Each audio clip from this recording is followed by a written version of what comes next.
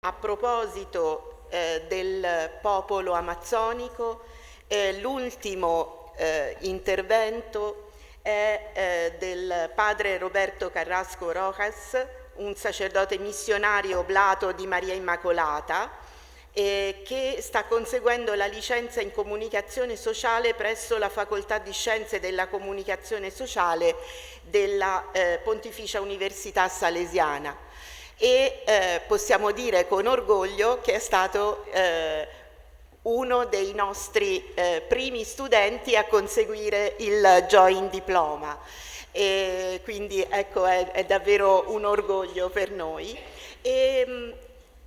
Però per venire al tema dell'Amazzonia e la Chiesa appunto in Amazzonia, è stato vicario della pastorale indigena nel vicariato apostolico di San José dell'Amazonas in Perù per un periodo di 6 anni, dal 2009 al 2015, e è stato vicario parrocchiale della parrocchia della Nostra Signora dell'Assunzione, Loreto, Perù sempre, per 7 anni, dal 2008 al 2015. Ed ecco che infatti il titolo del suo intervento è proprio un'esperienza di accompagnamento del popolo amazzonico. Grazie, Padre. En primer lugar, agradecer y saludar a todos los que están aquí y a los organizadores de este evento. Y hacer eco también a nuestros hermanos indígenas que seguramente les gustaría estar escuchando esto y también decir algo. Yo a propósito he tenido la ocasión de tener 2 experiencias muy concretas. Una en la Amazonia, que es pueblo urbano, 4 años como director de una radio en el Alto Guayaga del Perú, que era una zona totalmente, digamos así, devastada por el terrorismo. Y después 7 años con los pueblos indígenas de la cuenca del Napo. El Perú en realidad es un país pluricultural, es un país multilingüe. No voy a repetir todo esto, pero yo empecé a trabajar en la cuenca del río Napo y ahí encontré poblaciones quichuas, poblaciones huitoto, los murimuinane, poblaciones airopaic, conocido como los secoyas o también maijunas, algunos le llaman los orejones, y poblaciones arabelas. Entonces eran 5 lenguas totalmente diversas que yo cuando me enfrenté, yo dije, ¿qué voy a hacer aquí si yo no hablo nada? Lo único que sé es español. Entonces, bueno, una de las cosas que yo y particularmente aprendí cuando llegué a la Amazonía es que lo primero que tuve que hacer es ir a saludar al Apu como misionero. ¿Por qué? Porque el Apu es el anciano, es el que sabe, es el que te da la bienvenida. Tú siempre eres un invitado, por más misionero y títulos que tengas. Entonces, en esas visitas al anciano, una de las cosas que él, hablando de toda esta cosmovisión que ellos tienen, él me habló del Samay, y yo dije, ¿qué cosa es el Samay? Y yo dije, el Samay. Y bueno, traté de recordar mis clases de Biblia en el seminario, y es lo que nosotros le llamamos el Ish, ¿no? el espíritu. Y yo le dije, ¿qué cosa es eso? Y él me dijo así, es una fuerza que busca la unión. Pero también hay otra fuerza, me dijo, que desune, que desbarata, que destruye. Por lo tanto, la sociedad humana tiene que vivir organizada. Y tiene que vivir organizada en el espíritu del Samay, compartiendo ideas y pensamientos. No hay cabida, me dijo, aquí no entra el espíritu de la desigualdad. Y a mí eso me dijo, yo todos la estole y las casullas, lo que porta un misionero cuando está con toda la emoción, dije, muy bien. Los naporunas tienen relaciones de reciprocidad y de prestaciones de servicio, ¿no? Cuando hay oposición, ¿ellos qué buscan? La complementariedad. Esto es algo muy propio de las comunidades amazónicas, complementarse, porque su punto de vista está allí, en que, como dice el principio quichua, ayi causana, quiere decir buen vivir. tuco y parejo, todos somos iguales. Y puedo hablar un montón de valores que encontré conversando con todos estos ancianos animadores cristianos.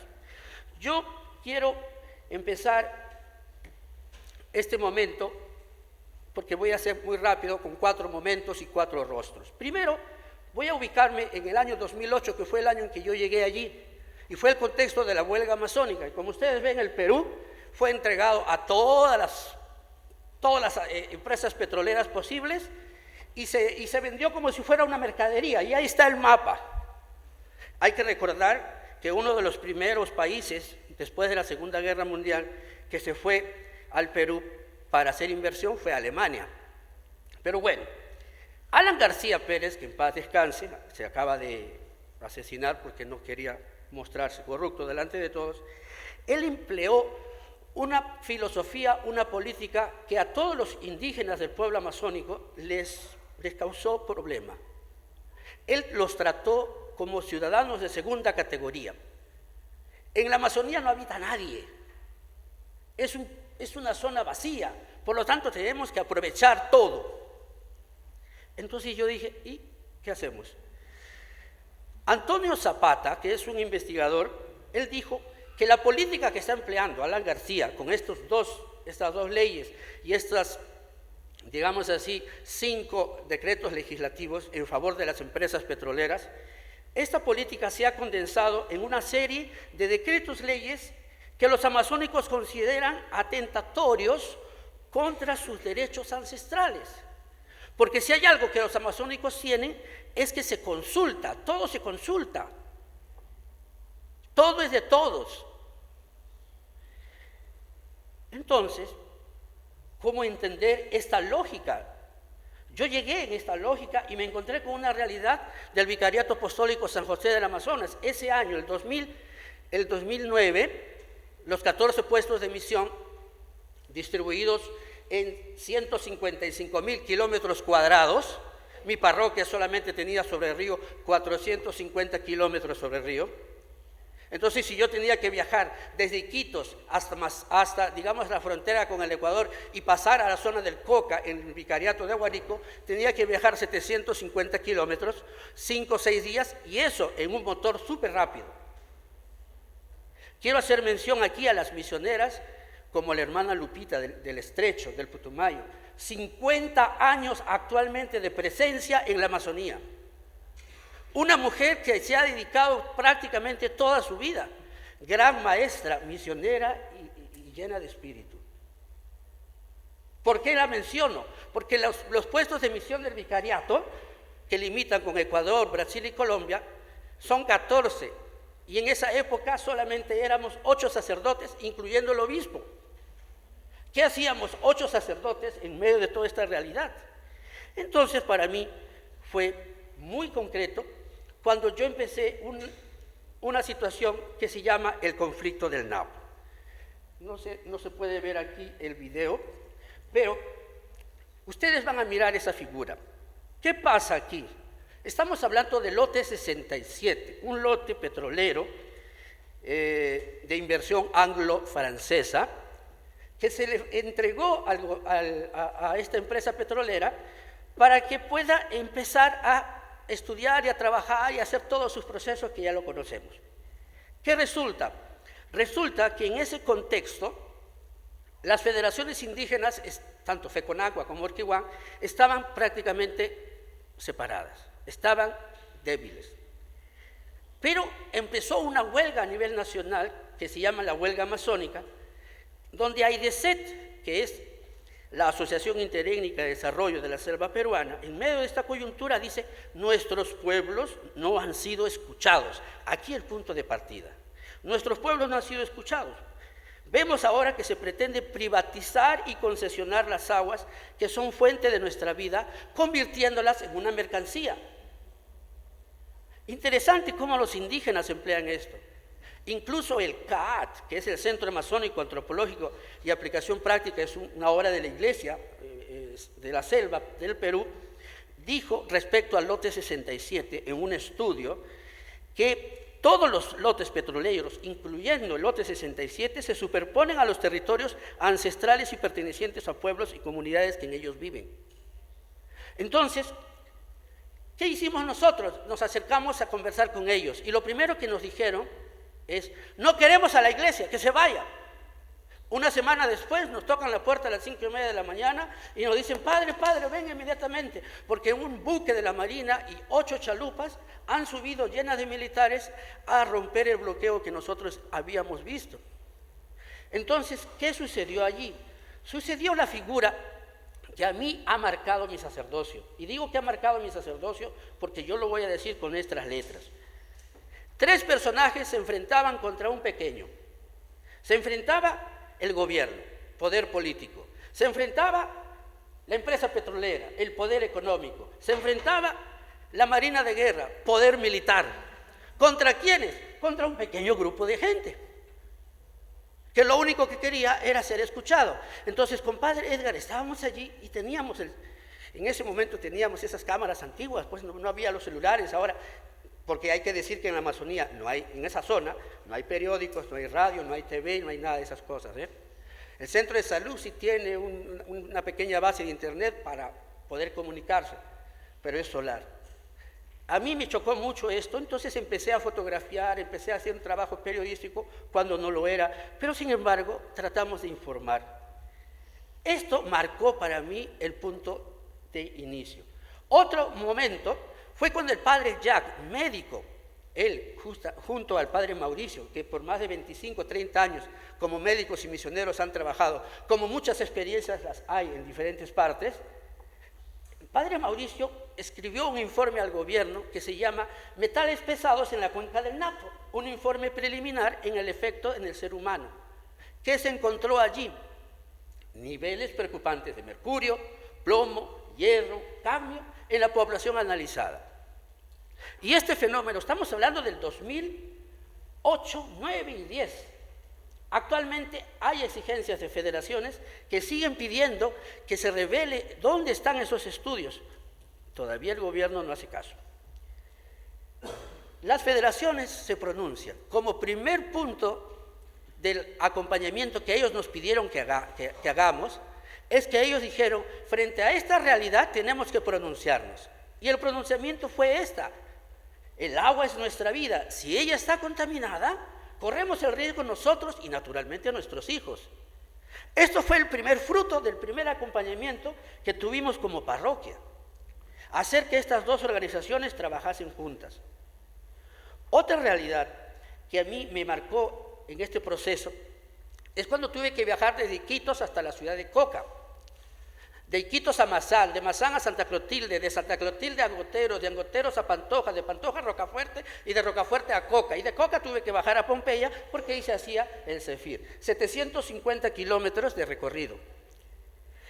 ¿Se puede hacer? Sí, yo lo hice. ¿Por qué? Porque como responsable de la pastoral indígena, una vez el obispo me dijo: Roberto, te estoy nombrando responsable de la pastoral indígena, pero tú sabes, vas a gozar de una bomba que en cualquier momento va a explotar. Yo no la entendí, eso me lo dijo el 2009 a inicios. El 2011 se fue y nos dejó solos. Pero bueno, en este encuentro en el Ecuador yo conocí a este misionero, el padre José Miguel Goldaraz. Y allí, un gran maestro, y allí él me dijo una cosa fenomenal, que lo voy a leer, porque yo le dije: ¿por qué haces todas estas cosas, Miguel? Y él me dice: nuestra labor como vicariato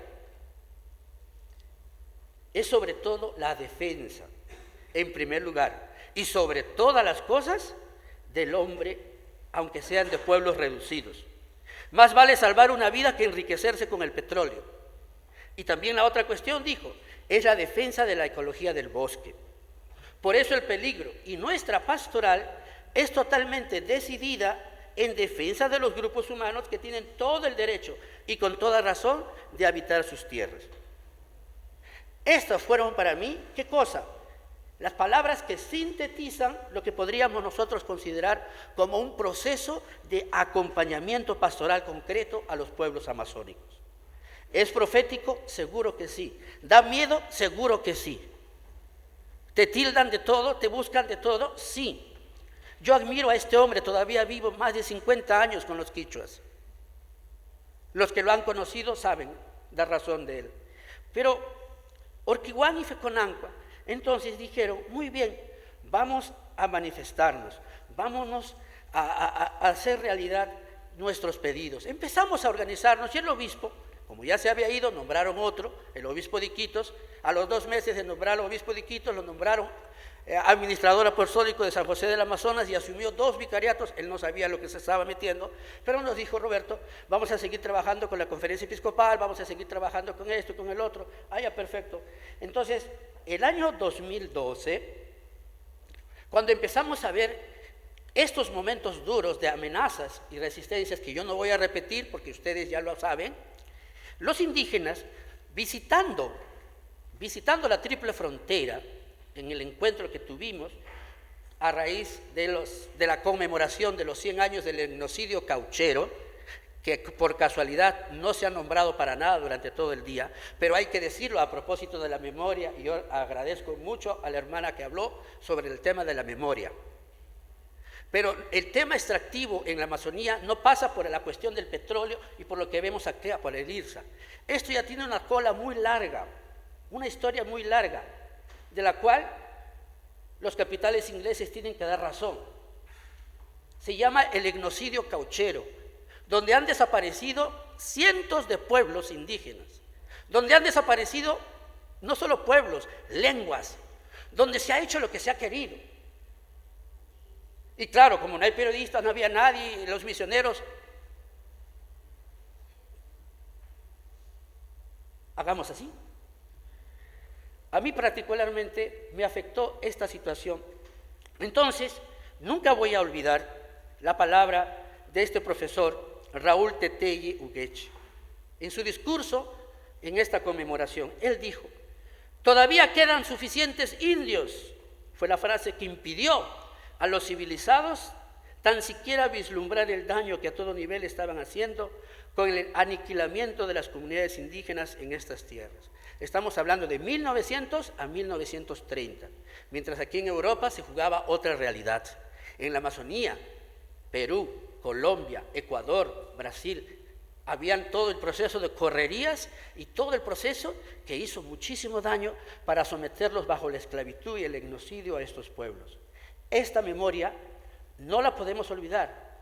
Y si hay algo que duele cuando tú eres misionero, es escuchar a los nietos y a los hijos todavía sobrevivientes de estos lugares.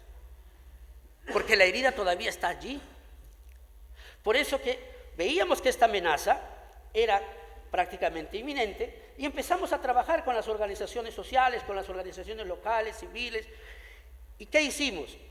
Empezamos a mirar que nuestros desafíos como iglesia son claros, pero tenemos que agarrar el toro por las astas.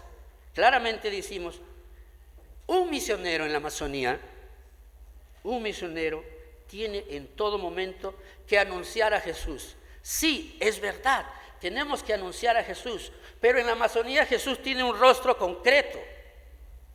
En la Amazonía Jesús tiene una facha concreta y es indígena. Y en ese contexto tenemos que escuchar. ¿Por qué? Porque escuchar es lo más profundo que un misionero puede intentar hacer.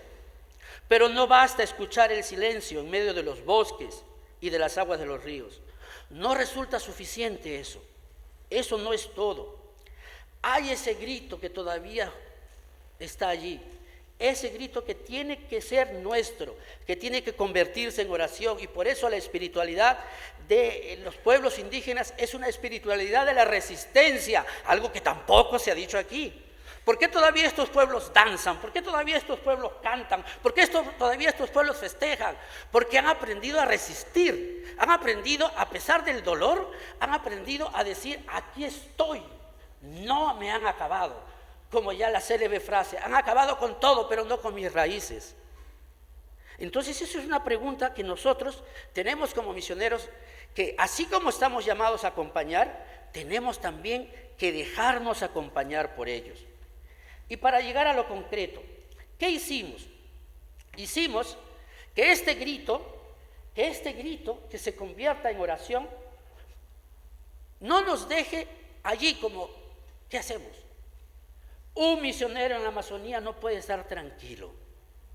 El misionero que está en la Amazonía jamás está tranquilo. Y los que hemos trabajado sabemos perfectamente eso. Por eso que no podemos dejarnos encantar ni seducir por lo que viene de afuera. Porque es muy fácil que las empresas petroleras, el gobierno te corrompa, te compre. Y ha sucedido. Y está sucediendo. Y eso es algo que nos cuesta. Llegando a lo concreto, junto con los distritos de Torres Causana y el Napo, que son la Federación Orquihuan, que significa Organización Quichurina Huancabrina del Alto Napo, y FECONANCUA, la Federación de Comunidades Nativas del Medio Napo, Curará y Arabela, decidimos trabajar gracias a la Comisión Episcopal de Acción Social y gracias a todos los voluntarios católicos, una agenda política compartida que se titula Shuyuyaya, Shushunguya, Shushimiya, Shumaquilla, Casna Causana, que quiere decir una sola idea, un solo corazón, un solo lenguaje, una sola mano para vivir bien. Y esa agenda, que fue lo concreto, fue la escucha de todos estos años de trabajo, se convirtieron en 6 propuestas que ellos mismos empezaron a dar al gobierno. No los misioneros, no el sacerdote o el obispo, la madrecita, el padrecito, no, ellos mismos, gracias al proceso de acompañamiento. 6 puntos que ellos reclaman: seguridad jurídica y territorio. ¿Por qué el territorio es el primer punto? Porque sin territorio ellos no son nada. Y ellos saben perfectamente que su territorio está out. Segundo, y termino, la educación bilingüe intercultural. Esto significa también escuchar a los niños y escuchar a los jóvenes. Tercero, la salud intercultural. Hay mucha medicina en la Amazonía. El cuidado de los recursos naturales. Ellos tienen una propuesta concreta. La consulta previa. Y por último, el papel y el liderazgo de la mujer en las organizaciones. Hoy actualmente en esta zona es una mujer la que preside la organización. Y a nosotros nos da mucha alegría. ¿Por qué?